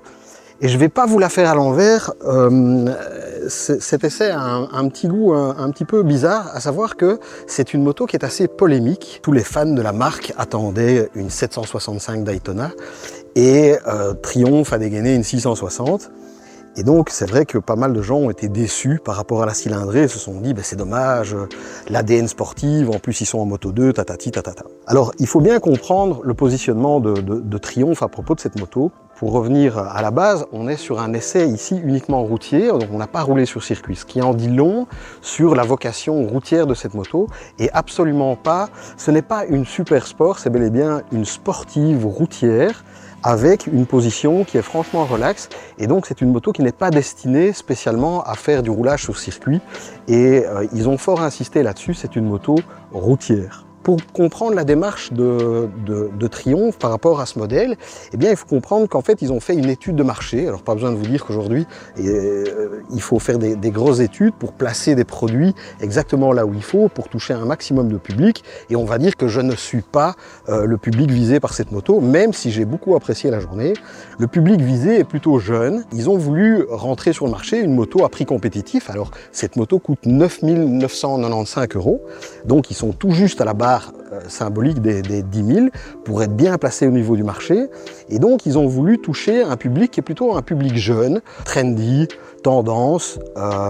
Ils ont voulu donner un look à cette moto sportif, mais pas trop. Moi, je la trouve superbe, ça c'est une chose. Alors il faut savoir que dans son segment et par rapport à la concurrence, c'est sans doute une des plus performantes. Alors en fait, pourquoi je dis une des plus performantes? Parce que à la concurrence, il y a aussi l'Aprilia 660. Donc en fait, cette moto, elle est là pour en fait venir s'intégrer dans ce segment et venir disputer des parts de marché dans cette catégorie. Et donc c'est ça qui justifie, je dirais, un petit peu son équipement dont je vais parler juste après. Donc en fait, cette moto, eh bien, en fait, beaucoup de gens regrettent le fait que Triumph l'ait appelée Daytona. C'est toujours difficile d'intégrer un nouveau nom dans une gamme et je trouve qu'elle mérite clairement le nom Daytona après l'avoir essayé et je trouve que cette moto est tout à fait cohérente. Alors le deuxième point qui est un peu polémique, c'est que les suspensions sont totalement non réglables. Alors la seule chose qui est réglable, c'est la précharge de l'amortisseur arrière. À l'avant, il n'y a rien à faire et donc il faut s'adapter. Et donc c'est vrai qu'au début, c'est vrai que dès qu'on a commencé à un petit peu taper dedans, eh bien la moto a eu malheureusement un peu tendance à se désunir. j'ai commencé à piloter d'une manière différente, en étant plus doux sur la poignée. Enfin, même, vous verrez que le rythme était bien présent, donc on a bien attaqué. Mais je me suis beaucoup plus déplacé sur la moto pour essayer de déplacer le poids, pour un petit peu moins charger les suspensions. Et au final, j'ai réussi à avoir un très bon rythme. Et j'ai été très vite avec cette moto, c'est pas compliqué, j'étais à la limite. Et à partir du moment où on a bien intégré qui va rouler avec ces motos et qui est le public cible, eh bien on va comprendre que les réglages de suspension sont une fois de plus très cohérents selon moi. Et alors certes, je ne vais pas dire que c'est vraiment trop souple, c'est un peu trop souple. Il y a des motos qui sont sorties qui étaient vraiment trop souples, c'est pas le cas de cette Daytona. Et pour finir, j'ai terminé la journée avec un très très bon rythme et les suspensions étaient parfaites. La moto n'a pas de quick shifter, donc c'est une moto où il faut embrayer pour passer les vitesses, tant en montée qu'en descente. Alors l'option quick shifter up and down est proposée et pas dans un package, ce qui est pas mal, elle est proposée uniquement en quick shifter et c'est, je pense, si je me rappelle bien, au-delà des 360 €, ce qui est un prix tout à fait raisonnable et même bas pour un quick shifter up and down. On l'aura compris, en fait c'est une sportive et je dirais que c'est une sportive d'entrée de gamme, donc à 10 000 €, qui reste tout à fait compétitive par rapport à la concurrence. Et donc c'est une moto qui est relativement basique. C'est vrai que l'écran n'est pas un full TFT comme une télé. L'écran et le compteur sont très lisibles. Il y a 3 niveaux, il y a 3 modes de puissance, il y a 3 niveaux de traction control, il y a moyen de tout désactiver, enfin toutes des choses tout à fait classiques. Et donc voilà. Alors au niveau moteur, ça c'est quand même important. C'est vrai que pas mal de gens se sont dit le 660 dans une sportive, ça va pas le faire. Comprenons bien que ici le 660 cm3, qui est un 3 cylindres, qui a ce fameux petit sifflement typique de la marque Triumph, eh bien il est monté à 95 chevaux. Ça veut dire que la partie moteur a été revue de A à Z, donc c'est un 660 avec l'échappement, enfin tout a été vu pour passer la norme Euro 5 et développer quand même 95 chevaux avec un couple qui est tout à fait raisonnable. Grosse qualité du 3 cylindres, c'est évidemment les mi-régimes, son couple. Donc moi j'ai trouvé le moteur tout à fait convaincant, très plaisant, très agréable, un vrai 3 cylindres. Vraiment, moi j'aime beaucoup le 3 cylindres depuis toujours, je trouve que c'est un peu le meilleur des deux mondes. Il y a une belle allonge et le moteur est tout à fait convaincant. Alors au niveau du freinage, je dois dire que quand j'ai vu le logo Triumph sur les étriers, j'ai demandé quelle était la marque, on m'a dit Triumph. Ok, ils ont peut-être intégré la production d'étriers et je dois avouer qu'une fois de plus, c'est très convaincant, ça freine très bien, jamais pris en défaut. Il y a des moments où freinage vraiment limite, les routes sont un petit peu sales parfois et donc oui, j'ai déclenché l'ABS à l'avant et à l'arrière quelques fois, mais ça freine super bien. Au niveau de la ligne, je l'ai déjà dit tout à l'heure, moi je la trouve très très belle, je la trouve très réussie.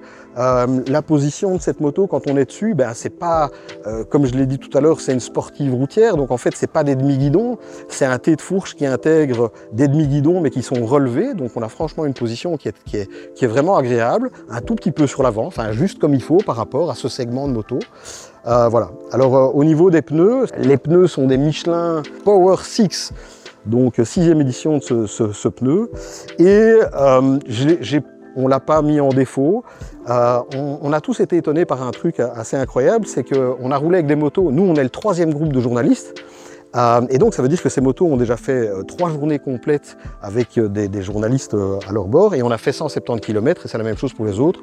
Traduction, la moto à 500 km et quand on a regardé les pneus en sortant de la moto à l'instant, eh bien on regarde et en fait ils sont comme s'ils étaient neufs. La marque Power 6 est toujours là, les petites lignes et tout ça, c'est incroyable. Ces pneus doivent faire des kilomètres et des kilomètres, c'est assez impressionnant et malgré tout, alors il a fallu un peu les chauffer quand même parce que juste après le lunch, je suis entré dans un virage assez sale et j'ai glissé de l'arrière. Le pneu était froid, mais dès qu'on les chauffe un peu et qu'on prend la peine de les chauffer, eh bien en fait, j'ai pas du tout mis ces pneus en défaut. Alors rappelons-nous aussi que la Daytona 675 qui est sortie il y a 10 ans, j'y étais, la R qui était absolument superbe et qui était une vraie super sport, eh bien n'était jamais qu'à 15 cm3 de celle-ci. Alors évidemment quand on a un 3 cylindres qui est de 660 cm3, donc juste 15 cm3 en moins, eh bien, on a quand même un moteur qui fait 95 chevaux. Mais alors, quand on perd de la puissance, évidemment, on gagne du couple, on gagne de l'agrément et on gagne de la fiabilité. Et c'est ce qui a été recherché pour ce modèle. Avec justement aussi, ils ont pensé, je dirais, au porte-monnaie des jeunes et moins jeunes qui achèteront cette moto, à savoir que le choix des pneus, pour avoir des pneus qui durent longtemps et pas spécialement ultra sport et pourtant avec un super grip, donc ça c'est top. Une moto qui est entretenue tous les 16 000 km, donc ça veut dire que vous pouvez faire déjà des bornes avant d'aller à l'entretien. Et tout a été fait pour essayer de rester dans des coûts raisonnables, tant en production qu'en utilisation, et ça il faut saluer ça, à savoir que eh bien oui, la vie coûte cher de plus en plus et ça fait du bien pour tous les motards d'un petit peu soulager le portefeuille avec ce genre de choses. Il est toujours difficile de s'exprimer, si vous voulez, je sors de la moto à l'instant, j'ai eu la présentation presse hier soir avec un paquet de données. On a juste le temps d'aller dormir, enfin manger et dormir, on se réveille, on est sur la moto, on doit examiner les sensations, tout ça, et puis on sort de la moto, on se retrouve ici devant la caméra, et il faut avoir tout ça à l'esprit, et c'est assez compliqué. Donc si j'ai oublié quelque chose, si vous avez des questions, n'hésitez pas, adressez-vous à nous via les réseaux sociaux, et on vous répondra avec plaisir. En tout cas, j'ai pris beaucoup de plaisir, merci à Triomphe pour l'invitation, et à très bientôt pour un nouvel essai. Gaffe sur la route.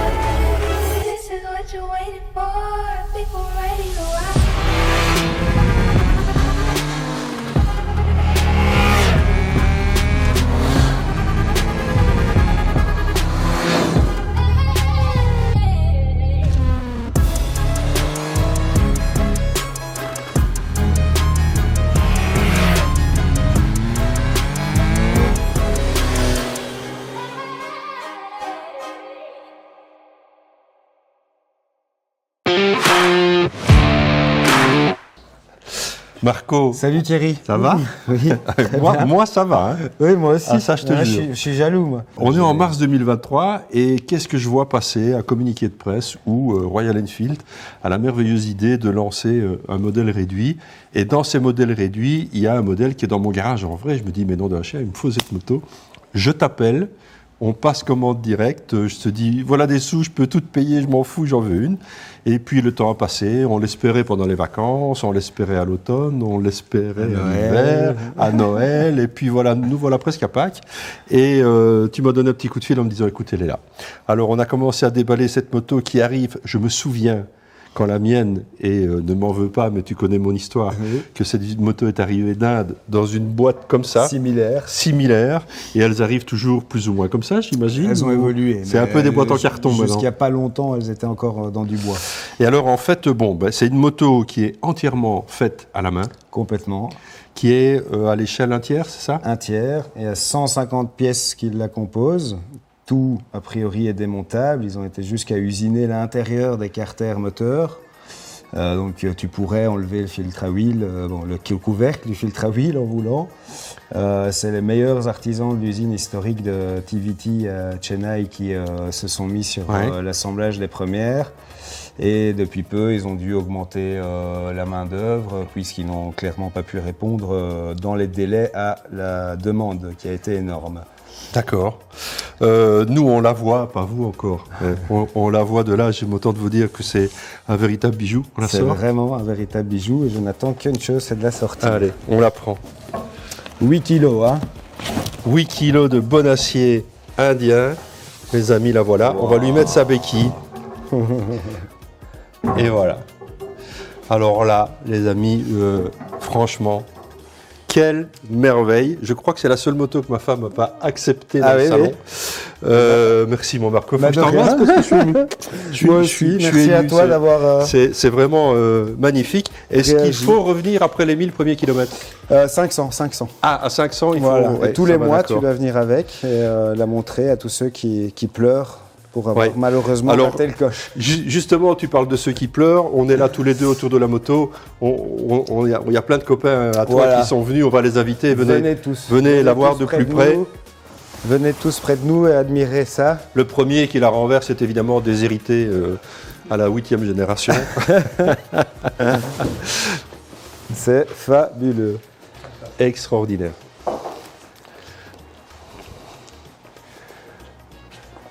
Ah ouais.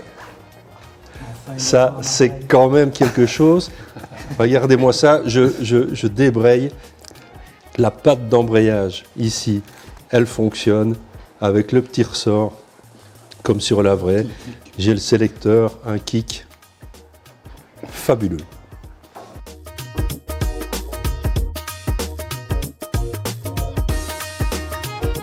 Mais Ouais, la mise la en route. chaîne tourne, il y a un cadre qui vient ouvrir le papillon de gaz.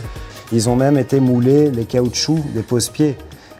C'est exactement la même forme que l'origine. Oui, toi tu sais le dire parce que tu les vois tous les bien jours. sûr, et bien sûr. voilà, Même quoi. le petit caoutchouc sur le câble Ouais, tout d'embrayage, à fait. c'est le même qu'à l'origine. Le klaxon, le compteur est identique à Ouais, l'origine. absolument, le petit jusqu'au tempéromètre. capteur 1000 jusqu'à la jauge de réserve, ils ont été reproduire tout ça. L'étiquette qui arrive d'origine sur les motos quand elles sont sorties de l'usine, qui dit que la moto est OK, même elle a été reproduite ou un troisième. Mais Bravo, voilà. bravo à tous, bravo à la marque. Triumph Motorcycle dévoile les nouvelles Rocket 3 Storm R et GT. Des performances explosives avec 182 chevaux et encore plus de couple. 20 ans après que la première Rocket 3 apparaisse sur la scène moto en tant que roadster musclé ultime, une nouvelle génération de Rocket est présentée, offrant plus de performance, une meilleure maniabilité et un panel de couleurs sombres. Elle a même un nouveau nom, la Rocket 3 Storm, pour correspondre à son style musclé et à son expérience de conduite spectaculaire. Elle est dotée du plus gros moteur moto de série au monde, avec une cylindrée de 2458 cm3. La nouvelle Rocket 3 Storm R et GT gagne 15 chevaux de puissance par rapport au modèle précédent et offre désormais donc 182 chevaux à 7000 tours minute seulement.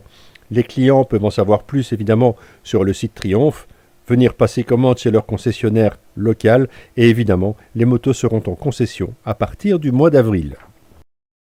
Harley-Davidson présente ses collections Icons et Enthusiast 2024. Le modèle Hydraglide Revival en édition limitée et les modèles Tobacco Fade présentés en exclusivité à la Daytona Bike Week. Le modèle Hydraglide Revival 2024, quatrième déclinaison de la collection des motos Harley-Davidson Icons, célèbre le 75e anniversaire de l'introduction de la suspension avant télescopique Hydraglide sur les modèles Harley-Davidson en 1949. La collection Icons est un programme annuel qui propose d'accéder à des modèles en édition limitée, offrant une toute nouvelle interprétation d'une moto Harley-Davidson emblématique. Collection exclusive, chaque modèle est numéroté et produit une seule fois. La production mondiale du modèle Hydraglide Revival ne dépassera pas les 1750 exemplaires. Le modèle Hydraglide Revival arbore une peinture Redline Red personnalisée, associée à des panneaux Birch White sur les côtés du réservoir, un design identique à celui des modèles de 1956. La selle solo intègre une bordure en cuir dotée de franges, un passepoil blanc et des coutures contrastées rouges. Avec un rail chromé pour conférer le look nostalgique, la sangle de réservoir en cuir noir assorti est agrémentée de clous et d'un concho. La collection Tobacco Fade Enthusiast 2024 célèbre, elle, l'explosion d'énergie collective libérée par la musique live dans les bars du coin. La peinture et les motifs Tobacco Fade, inspirés de la finition classique en bois Sunburst, découverte pour la première fois sur les guitares basses et batteries rock'n'roll des années 60, en font une moto spéciale pour tout amateur de musique. Cette collection de motos Harley-Davidson est composée d'une sélection de 3 modèles et présentée en quantité limitée. Il n'y aura pas plus de 2000 exemplaires par modèle. Alors Arnaud, ça bouge dans les paddocks ?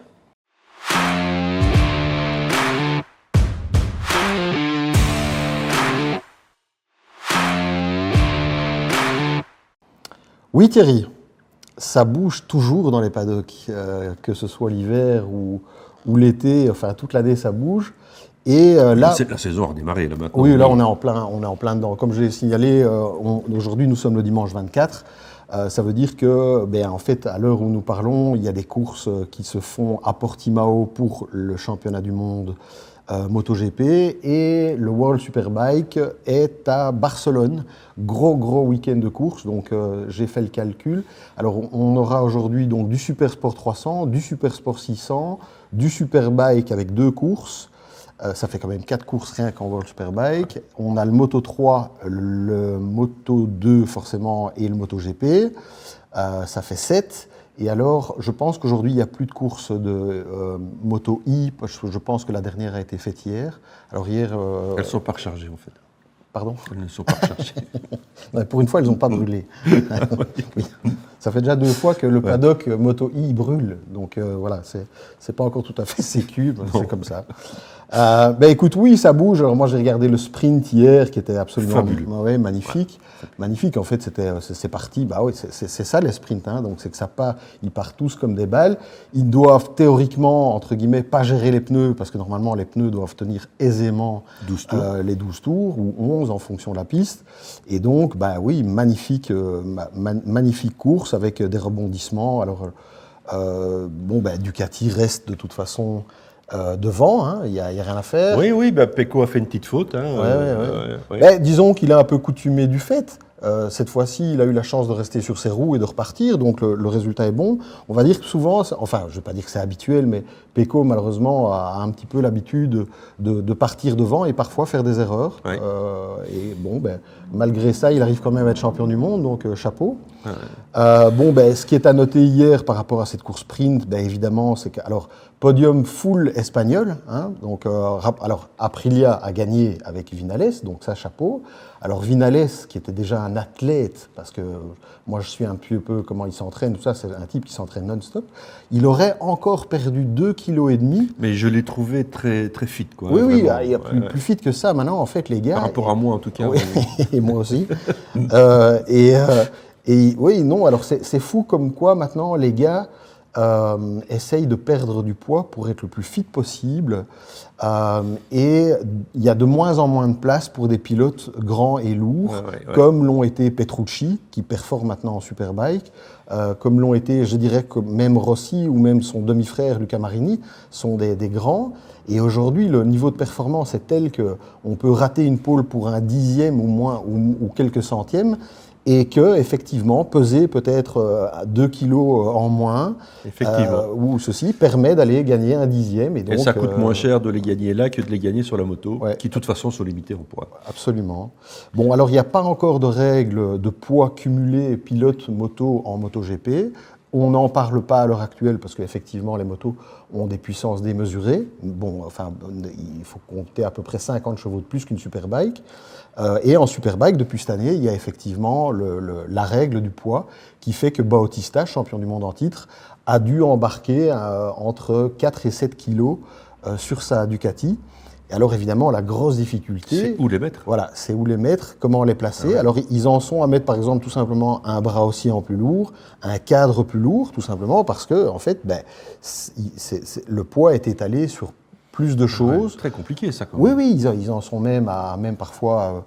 même le Villebrequin peut. Alors en fait, le Villebrequin cette année, alors si je pars vraiment dans la technique, ça va être long, mais cette année, les règles moteurs font que aujourd'hui en Superbike, le nombre de tours minutes a été lâché. Ça veut dire qu'il n'y a plus de sanctions ou de possibilité de réduire les tours minutes par rapport à des performances élevées. Mais ils ont un petit peu rééquilibré tout ça et aujourd'hui on peut alléger le Villebrequin jusqu'à 20%, ce qui est énorme et qui peut complètement changer le caractère d'un moteur. Et apparemment Bautista a un petit peu de difficultés à s'habituer à ça. Alors on sait qu'il s'est blessé gravement l'année passée juste avant sa wildcard en MotoGP. Personne ne sait s'il est complètement remis parce que c'était au niveau de la nuque et pour un pilote pas besoin de vous dire que la nuque ça bouge. Et alors aussi le rajout de poids qui fait qu'il est un petit peu à la traîne, entre guillemets, à savoir que Boulega, champion du monde super sport en titre, vient de débarquer comme coéquipier et en fait il brille de mille feux. Il est là depuis cet hiver, en fait il est tout le temps devant Bautista. Il est très fort et donc autre fait à marquer hier et qui est un fait que je vais qualifier d'historique, c'est que notre copain le Turc, notre ami Toprak Razgatlioglu, maintenant je sais C'est tout dingue, dire, tu dis même le prénom. Oui, maintenant je dis le prénom et tout sans faute. Eh bien, a gagné sur BMW, oui, vous ne rêvez pas, BMW a gagné sa première course World Superbike grâce à El Turco. Et donc, ça, c'est quelque chose qui se fête. Alors, il y a des bruits de paddock, justement, qui parlent d'une possibilité que BMW s'investisse en MotoGP. Ouais, je pense que si BMW arrive à gagner en Superbike, je pense qu'ils penseront à l'avenir et ils penseront en Superbike. D'autant plus que la promotion du championnat du monde MotoGP est reprise. Alors, on parle d'un éventuel repreneur qui serait en fait le gestionnaire de la F1. Et donc, ils veulent en faire un super show. Ils veulent en faire une catégorie, voilà, ils veulent faire monter les audiences et tout ça. Et je pense qu'en termes de visibilité, ça peut attirer de nouveaux constructeurs. Tout à fait. Et surtout BMW qui a les moyens, qui est un gros groupe au même titre que Audi qui a racheté Ducati. Et que je pense qu'ils peuvent faire quelque chose. Ils peuvent amener quelque chose. Ouais. Cette année, ils ont fait un effort particulier parce qu'ils ont engagé Sylvain Guintolic et Bradley Smith pour développer la moto. Donc c'est un effort, c'est un investissement. Ils ont aussi fait un gros investissement en engageant Razgatlioglu. Et donc voilà, ils veulent, cette fois-ci j'ai l'impression qu'ils veulent. Et je ne comprends pas pourquoi ils n'ont pas voulu plus tôt, parce que globalement BMW a révolutionné le monde de la sportive en 2012 quand la S1000 RR est arrivée. On est en 2023. Alors certes, ils ont essayé plusieurs fois, mais peut-être pas avec la bonne intention ou pas peut-être les bons moyens. Cette année, c'est le cas. Tu ne crois pas que c'est peut-être aussi une intention, histoire de encore dépoussiérer plus la marque ? Parce que c'est pas sur la vente des ultrasportifs qu'ils vont faire leur chiffre d'affaires, mais sur l'image de marque, bien. Je pense qu'il y a cette fameuse adage qui dit win on Sunday, sail on Monday. C'est admirable. Hein? Oui. Je l'ai bien dit. Et donc, oui, effectivement, on se rend compte que les résultats en course, et Ducati l'a compris il y a déjà très très longtemps, que les résultats en course ont des impacts positifs, immédiats, sur les ventes. Et je pense que BMW tape là-dedans aussi. Ouais. Et ils ont bien raison, et ça nous fait très plaisir. Allez, super. Voilà. On se revoit le mois prochain pour d'autres bruits de paddock. Oui, et ça va être chaud, parce que là, il y a... Ouais. Et d'ici là, on réservera peut-être une petite surprise à nos téléspectateurs avec un reportage. Mais on ne vous en dit pas plus, il faut un peu de suspense. Oui, gardons le suspense. Bon Thierry, on va entamer le dernier essai de cette longue émission. Oui, quand même. Donc tu as été essayer une triale. Oui. Ça c'est ta passion.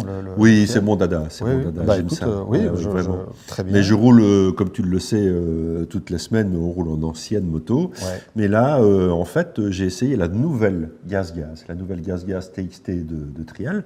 Et en fait... La vraie question, c'est est-ce qu'elle est performante ? Et surtout, est-ce qu'elle s'adresse à tout trialiste ? Oui. Voilà. C'était un peu le but de l'essai, en fait. C'était de démystifier, parce qu'en fait, c'est une moto, tu la sors de la boîte et tu roules en championnat d'Europe, voire même en championnat du monde avec. Ouais. Tellement ces motos sont ultra performantes. Et en fait, le but est de savoir est-ce qu'un trialiste du dimanche, comme moi, peut prendre du plaisir sur une telle moto. Ouais. C'est ce que je vais tenter de vous démontrer.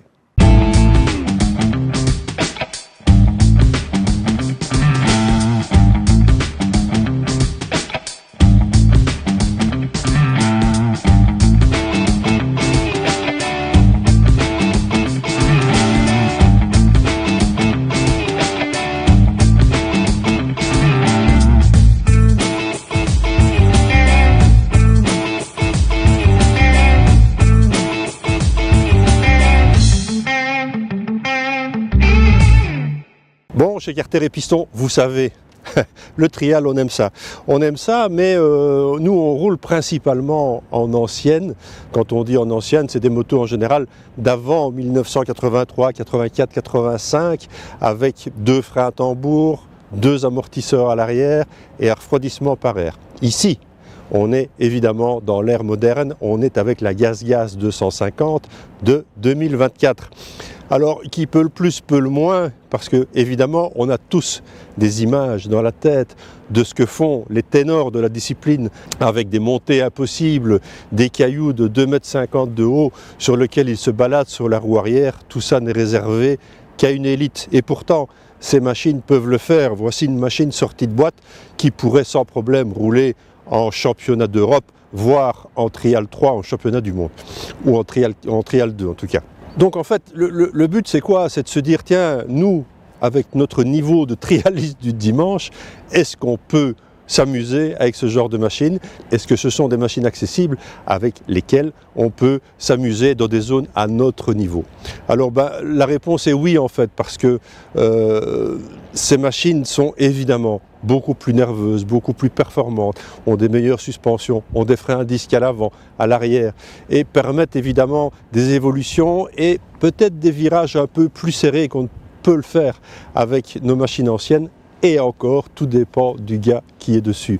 Alors, cette GazGaz ici 2,5 est proposée à 8 665 €. C'est évidemment déjà un prix, mais on est dans le prix de l'excellence parce que vous avez pratiquement une moto de Grand Prix. Donc, qu'est-ce qu'on fait avec ça? Eh bien, on peut s'amuser vraiment dans des endroits très sympas. On peut faire de la balade trialisante dans les endroits autorisés. Je sais, il y en a de moins en moins, mais en tout cas, c'est une machine vraiment géniale. On va aller faire un tour à son guidon et vous allez voir qu'on passe dans des petits endroits où avec un modeste niveau on peut s'amuser. Voilà, allez, on va partir faire un tour et on va un peu découvrir cette moto, ça c'est une chose, voir ce qu'elle peut faire et surtout voir ce qu'on peut faire avec. Alors bien sûr, on s'équipe, hein, comme toujours, on roule toujours équipé. On ne sait jamais, ces machines sont évidemment beaucoup plus nerveuses que celles sur lesquelles on roule d'habitude. Il y a ici un coupe-circuit qui en fait s'attache au poignet et en cas de chute coupe automatiquement le moteur. Nos vieilles machines en sont aussi munies, mais j'avoue qu'on ne les met pas souvent, mais sur celle-ci on va le mettre. Démarrage au kick qui demande un petit coup de mollet, mais ça démarre. Allez, c'est parti. Bon voilà, donc par rapport en fait à nos anciennes motos qu'on conduit chaque semaine, on a une position de conduite qui est en fait beaucoup plus sur l'avant. On a cette fâcheuse habitude peut-être sur nos anciennes de reculer nos pose-pieds, ce qui fait qu'on a des motos qui sont en fait beaucoup plus sensibles de la perte du train avant.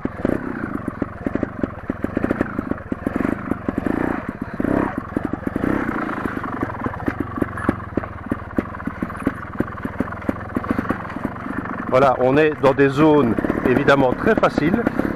Par contre, sur une moto moderne, il faut être beaucoup plus souvent sur l'embrayage parce qu'en fait, la moto a tendance à caler en fait un peu plus vite.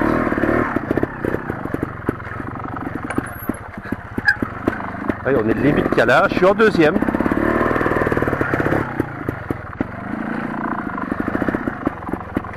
Et c'est vraiment un tour de main à prendre hein, parce que c'est hyper efficace.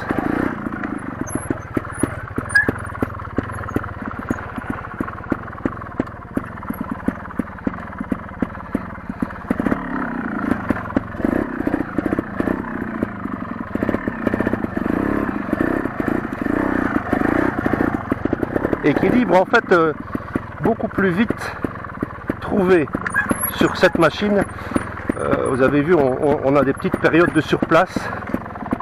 Ce qui est, à mon sens, plus difficile à obtenir avec les motos anciennes. Maintenant, il y a cette limite de calage qu'il faut essayer de trouver.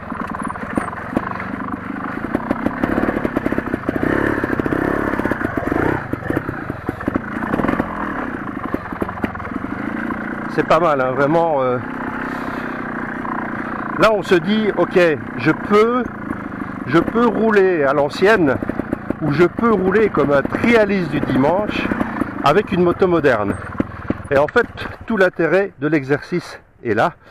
Voilà, une petite hésitation, un peu de déconcentration pendant que je parle et on cale. Donc en fait c'est vraiment une habitude à prendre, c'est vraiment quelque chose auquel il faut prendre le pli.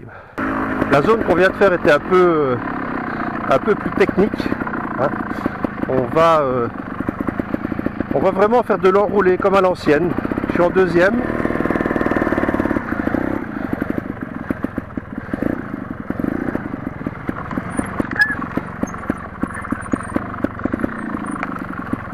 Voilà, on est typiquement dans de la zone facile, à l'ancienne. C'est un peu trialisant. On s'amuse. Il y a des petits devers.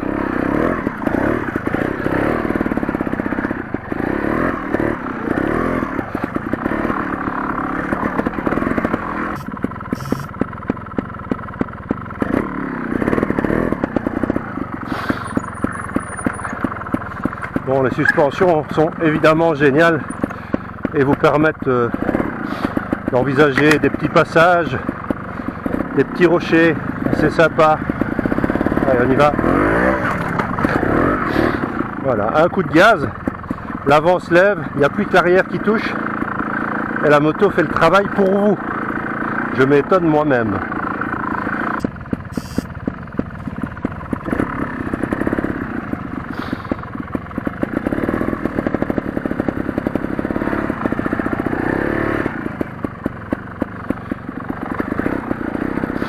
Eh ben voilà un essai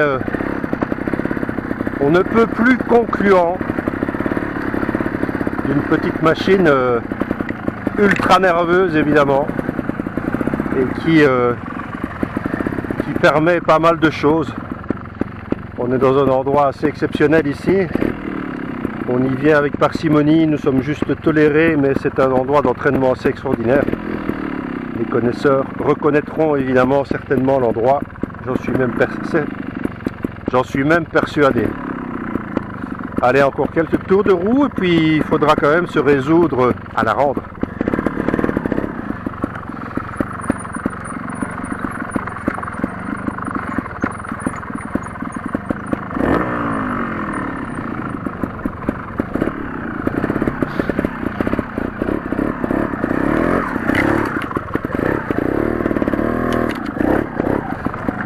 Ouais, ça passe tout seul, hein.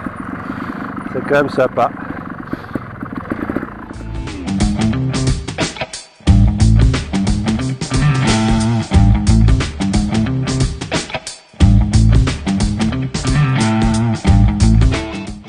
Donc voici la fin de l'émission, une émission fleuve que j'espère que vous apprécierez. C'est aussi une émission historique, comme vous le constatez, et donc champagne.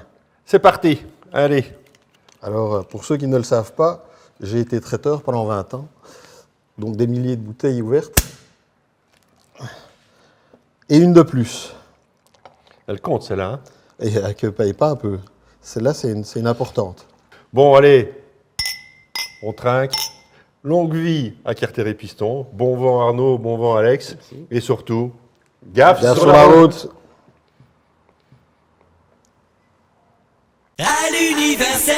L'Universel Moto, c'est aussi une grande gamme d'accessoires moto à découvrir dans nos 5 concessions à l'esprit familial et professionnel. Venez nous rendre visite à Aouan, Chênay, Herstal, Serein et Verviers. Salut, c'est Jean-Yves ici.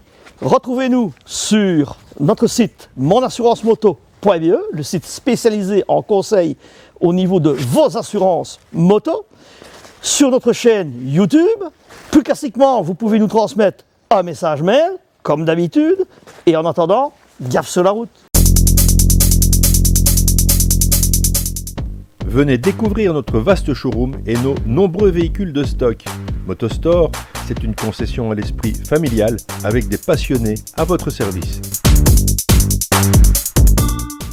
Motostore, c'est votre concessionnaire Ducati, Indian, Suzuki, Aprilia, Piaggio, Vespa et Benelli en province de Liège. Venez découvrir nos nombreux 2 roues de stock. Nouveauté, découvrez notre concession moto Honda, Motostore Condro, route du Condro 10 à 45-50 Nandrin, près du célèbre rond-point des Vaches.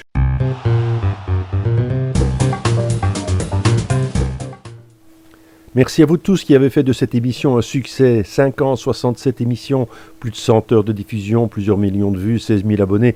Vous m'avez donné la force de continuer. Merci aussi aux importateurs qui m'ont fait confiance et aux différents annonceurs qui ont cru en ma visibilité. J'ai passé des moments formidables grâce à vous. L'aventure continue avec Arnaud et Alex. Et moi aussi désormais, mais plus en retrait. Longue vie à Carter et Piston. Bon vent à Arnaud et Alex. Et gaffe sur la route.